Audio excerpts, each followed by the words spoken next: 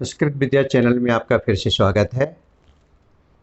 आज हम कक्षा षष्ठी विषय संस्कृतम अष्टम पाठ सूक्तिस्तवकः इसका अभ्यास कार्य करने जा रहे हैं। अभ्यास कार्य में सबसे प्रथम प्रश्न है सर्वान् श्लोकान् सस्वरम गायत। श्लोकान् सस्वरम, सभी श्लोकों को स्वर पूर्वक गा करके सुनाना है, यानी कि स्वर देना है इन श्लोकों को। मैं आपको इन श्लोकों को स्वर सहित गा करके सुना रहा हूँ। आप लोग भी इसी तरह से स्वर पूर्वक गाने का अभ्यास करेंगे। सूक्तिस्तवकः अष्टम पाठः सूक्तिस्तवकः। उद्यमेन हि सिद्ध्यन्ति कार्याणि न मनोरथै, न हि सुप्तस्य सिंहस्य प्रविशन्ति मुखे मृगाः। पुस्तके पठित पाठ जीवने नैव साधित, किं भवेत्तेन पाठेन जीवने यो न सार्थक। प्रियवाक्य प्रदानेन सर्वे तुष्यन्ति मानवा, तस्मात् प्रियं हि वक्तव्यं वचने का दरिद्रता। गच्छन् पिपीलको याति योजनानां शतान्यपि, अगच्छन् वैनतेयोऽपि पदमेकं न गच्छति। काककृष्ण पिककृष्ण को भेद पिककाकयो, वसन्तसमये प्राप्ते काक काक पिक पिक। वसन्तसमये प्राप्ते काक काक पिक पिक। इस तरह से इसका स्वस्वर वाचन हुआ। अब हम दूसरे प्रश्न की ओर जाएंगे। पहला प्रश्न हमने समाप्त कर लिया स्वस्वर वाचन का। आप सभी बच्चे इसी प्रकार से स्वस्वर वाचन का प्रयास करेंगे। अब दूसरा है श्लोकांशान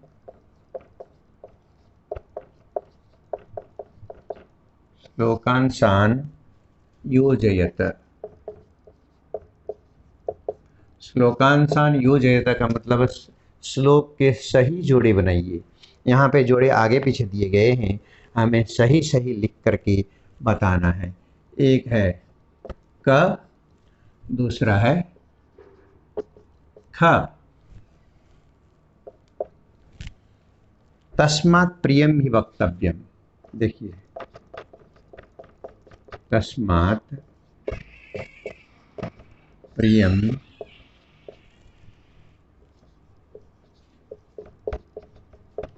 वक्तव्यम, इसके साथ है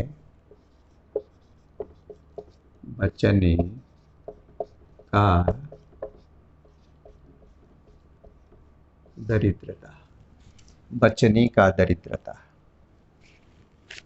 गच्छन्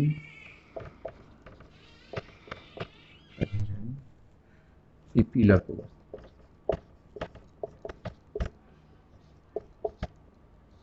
पिपीलको याति। गच्छन् पिपीलको याति योजनानां शतान्यपि, योजनानां शतान्यपि।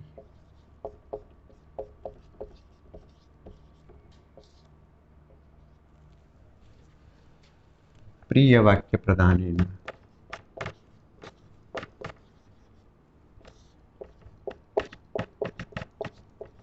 प्रिय वाक्य प्रदानेन सर्वे तुष्यन्ति,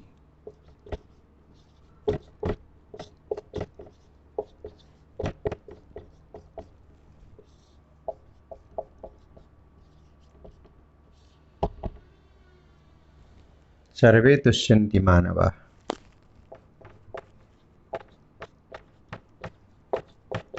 किं भवेत् तेन पाठेन,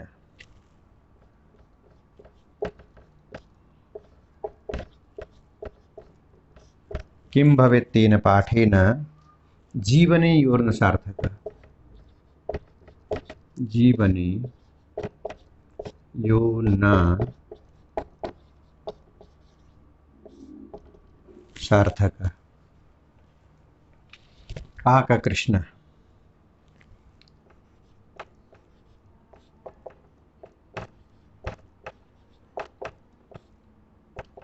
पिकः कृष्ण काक कृष्ण पिकः कृष्ण को भेद पिक काकयो।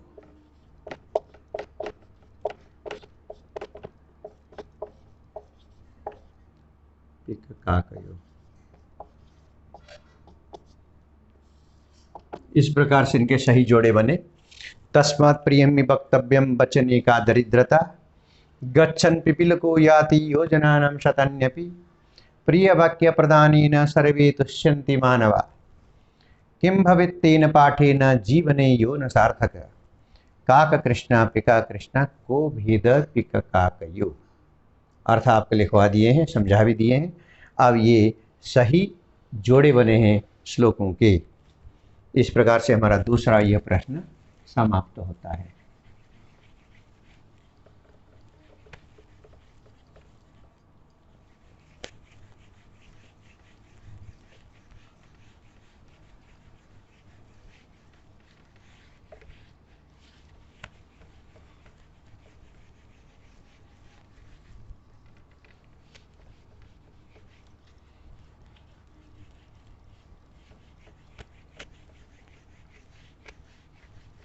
अब हम तीसरा प्रश्न करेंगे।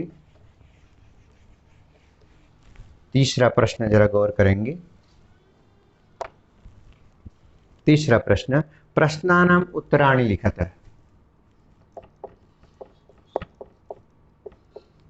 प्रश्नानाम उत्तराणि यानी कि प्रश्न के उत्तर लिखिए। अब प्रश्न क्या है जरा गौर करेंगे। क में सर्वे मानवा के न तुष्यन्ति। मानवा की जगह कहीं कहीं पर जंतवः भी है, उसकी जगह भी एक ही आएगा। ठीक है, सर्वे जंतवः के न तुष्यन्ति अथवा सर्वे मानवाः के न तुष्यन्ति। अगर यहाँ पे जंतवः आ रहा है या मानवाः आ रहा है, दोनों चलेगा। इसकी जगह आएगा प्रिय वाक्य प्रदानेन। प्रिय वाक्य प्रदानेन यानी कि प्रिय वाक्य के बोलने से सभी मानव या सभी जंतु प्रसन्न होते हैं। दूसरा, हाँ, इन दोनों में कोई भी आ सकता है। ठीक है, कोई भी आ सकता है। तो आपकी पुस्तक में जो होगा, जंतवा होगा तो भी यही उत्तर होगा, मानवा होगा तो भी यही उत्तर होगा। दूसरा, पिक काकयो भेद कदा भवति। इसमें जैसे आपने क में केन को रेखांकित किया था, केन की जगह प्रिय वाक्य प्रदानेन। हाँ, ये दोनों आ सकते हैं, लेकिन केन की जगह में आएगा प्रिय वाक्य प्रदानेन। उसी प्रकार से पिक काकयो भेद कदा भवति। पिक और कौआ यानी कोयल और कौए का भेद कदा माने कब होता है, तो कदा की जगह लिखेंगे बसंत समय।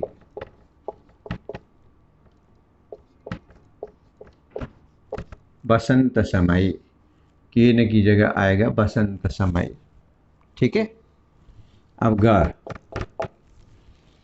कह गच्छन योजनानां शतन्यपि याति। कौन जाते हुए योजनानां शतन्यपि, योजनानां शतन्यपि कौन जाते हुए चला जाता है, तो कह को रेखांकित करेंगे, उसकी जगह लिखेंगे पिपीलक। पिपीलक माने चींटी, चीटा। जाते हुए सैकड़ों योजन चला जाता है। अस्माभि किम वक्तव्यम, घा में है अस्माभि किम, हमें क्या बोलना चाहिए। किम को आप रेखांकित करेंगे और किम की जगह लिखेंगे प्रियम। हमें क्या बोलना चाहिए, हमें प्रिय बोलना चाहिए। इस प्रकार से यह पूरा होता है तीसरा प्रश्न।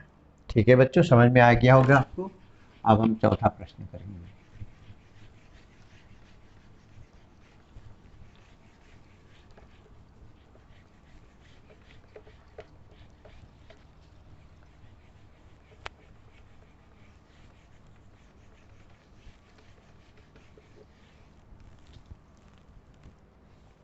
चौथा प्रश्न, चौथे प्रश्न में उचित कथनानम समक्षम आम, अगर कथन सही है, सही कहा गया है तो आम लिखना है, और अनुचित कथनानम समक्षम न, अगर कथन यानी कहावत गलत है तो उसकी जगह न लिखना है। यानी कि जो बॉक्स है उसमें आम ना लिखत, बॉक्स के अंदर आम या न लिखना है। आम का मतलब हाँ, न का मतलब नहीं, ये लिखना है। अब देखिए क में काकः कृष्णः न भवति, कौवा काला नहीं होता, क्या आएगा? ना, कौवा तो काला होता है, तो बॉक्स के अंदर लिखेंगे हम ना। ये बॉक्स है, बॉक्स के अंदर हमने ना लिखा है। खा, अस्माभि प्रियम वक्तव्यम, हमें प्रिय बोलना चाहिए, बिल्कुल, इसको लिखेंगे हम आम, आम लिखेंगे, बॉक्स के अंदर में हमने लिखा आम।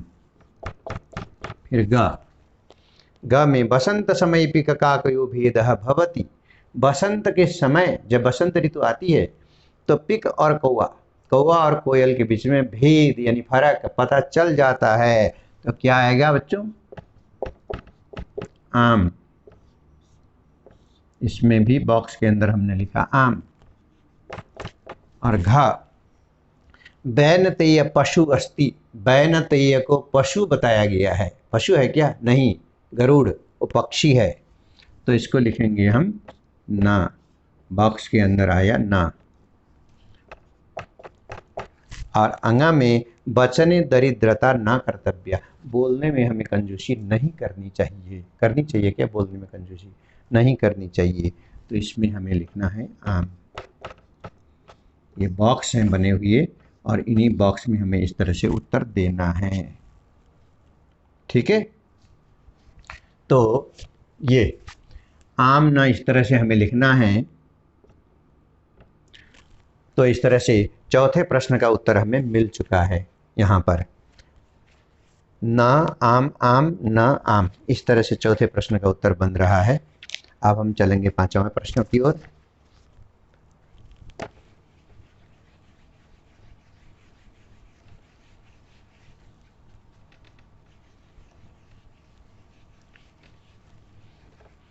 पांचवा प्रश्न गौर करेंगे थोड़ा सा।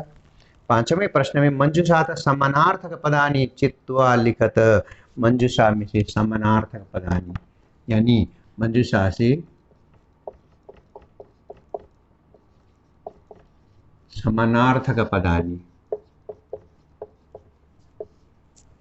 चित्वा लिखा था, चित्वा मैंने चुनकर, समानार्थक का मतलब पर्यायवाची शब्द है, पर्यायवाची आप लोग पढ़े हैं, तो पर्यायवाची शब्द हमें चुन करके लिखना है बॉक्स में से। तो पर्यायवाची शब्द है यहाँ पे दिया वचने, बॉक्स में कौन सा है? कथने, कथने। फिर वैनतेय, वैनतेय, वैनतेय का पर्यायवाची है गरुड़ः, गरुड़ः। और पुस्तके, पुस्तके का पर्यायवाची दिया है इसमें ग्रंथे, ग्रंथ का मतलब भी पुस्तक होता है। और उद्यमेन, उद्यम का मतलब होता है परिश्रम, इसका पर्यायवाची परिश्रमेण, परिश्रमेण, इस तरह से हो गया है। और पिकः, पिकः, पिकः का मतलब कोकिलः यानी कोयल, संस्कृत में कोकिलः कहेंगे, पिकः भी कहेंगे। इस प्रकार से पांच में ये पर्यायवाची शब्द हैं जिनको समानार्थक भी कहते हैं, समानार्थक और पर्यायवाची एक ही है।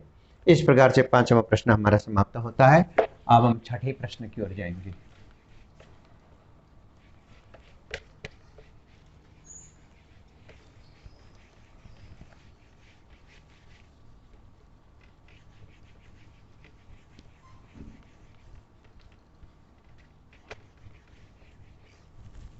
छठा प्रश्न आप लोग जानते हैं, विलोम पदानि योजयत।